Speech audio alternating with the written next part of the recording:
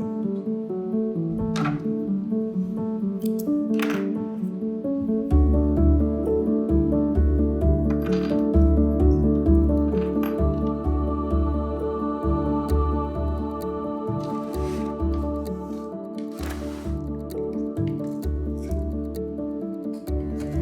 name is Michael Birch Pierce. I don't really know if I could say how art has changed my life because it's like always been my life. I kind of always wanted to be an artist. I think it was my first idea of a job that I wanted to do, and then I decided I wanted to be a rock star, and then I wanted to be a vet, and then I went back to rock star, and then I became fashion designer, and then the fashion designer kind of like was my career and then morphed into artist in the last 6 years.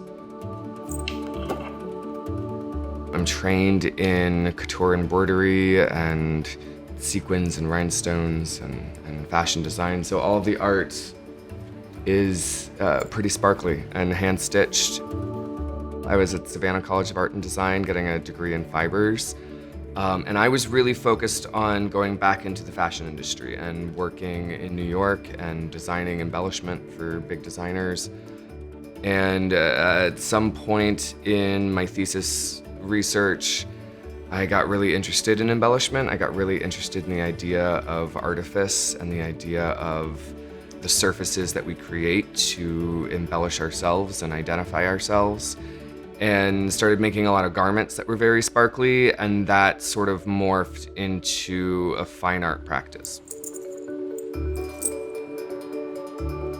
I realized that the work still spoke for itself and told the same stories without having to be on a body. Being able to reference fashion, being able to have it connected to that world. It didn't necessarily need to be on a dress. Then it's morphed and changed, and it, like every few months it turns into something completely different. I think I'm probably most inspired by like David Bowie and the Spice Girls and Dolly Parton and RuPaul. I'm really interested in the idea of constructing identity in the way that all those people do. And so I look at them and I look at fashion designers like Elsa Schiaparelli. I look at Mary Catron-Su, artists like Nick Cave and Liza Liu and Micheline Thomas. Just lots of very queer things, lots of very sparkly things. And I kind of pull from everywhere. And I try to make my embellishment something that's like very much like Michael Birch, that it's something that like only I do, so you can like recognize these like explosions of rhinestones when you see them. In 2010, I got to embroider the Christmas tree skirt for the Blue Room at the White House for the Obamas, and that was completely nuts, and it's kind of changed my trajectory of everything else. And so now I've done portraits of like John Malkovich and Shaquille O'Neal.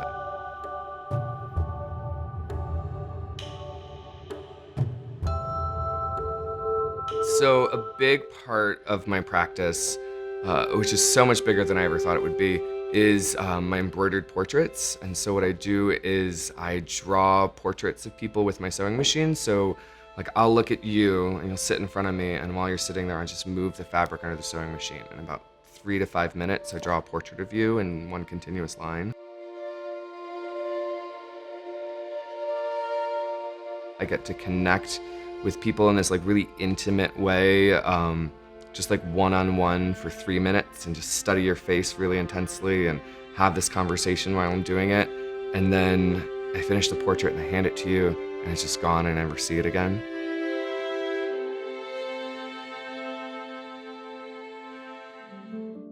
With the machine embroidery, it's really intense and really immediate, and it kind of happens without me really thinking about it a lot.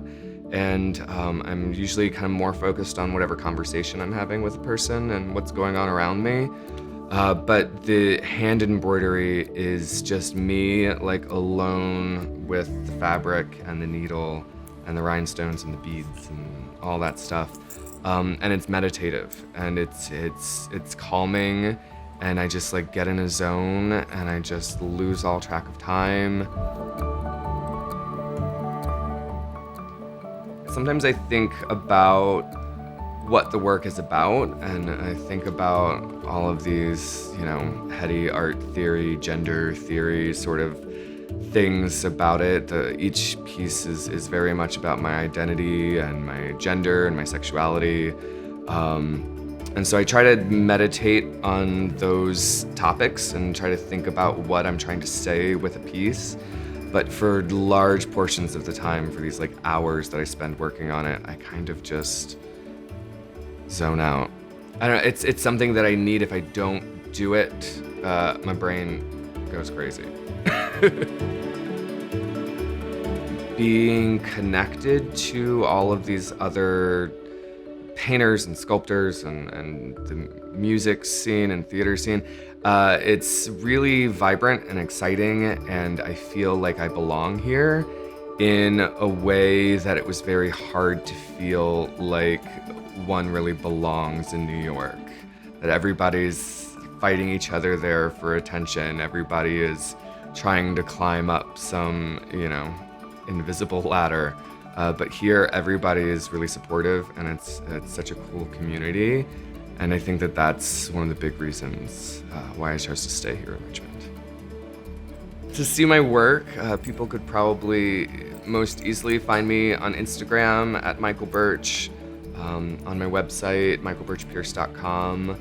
Otherwise, my work is in shows in Miami and Savannah, and I think there's one in Norfolk coming up.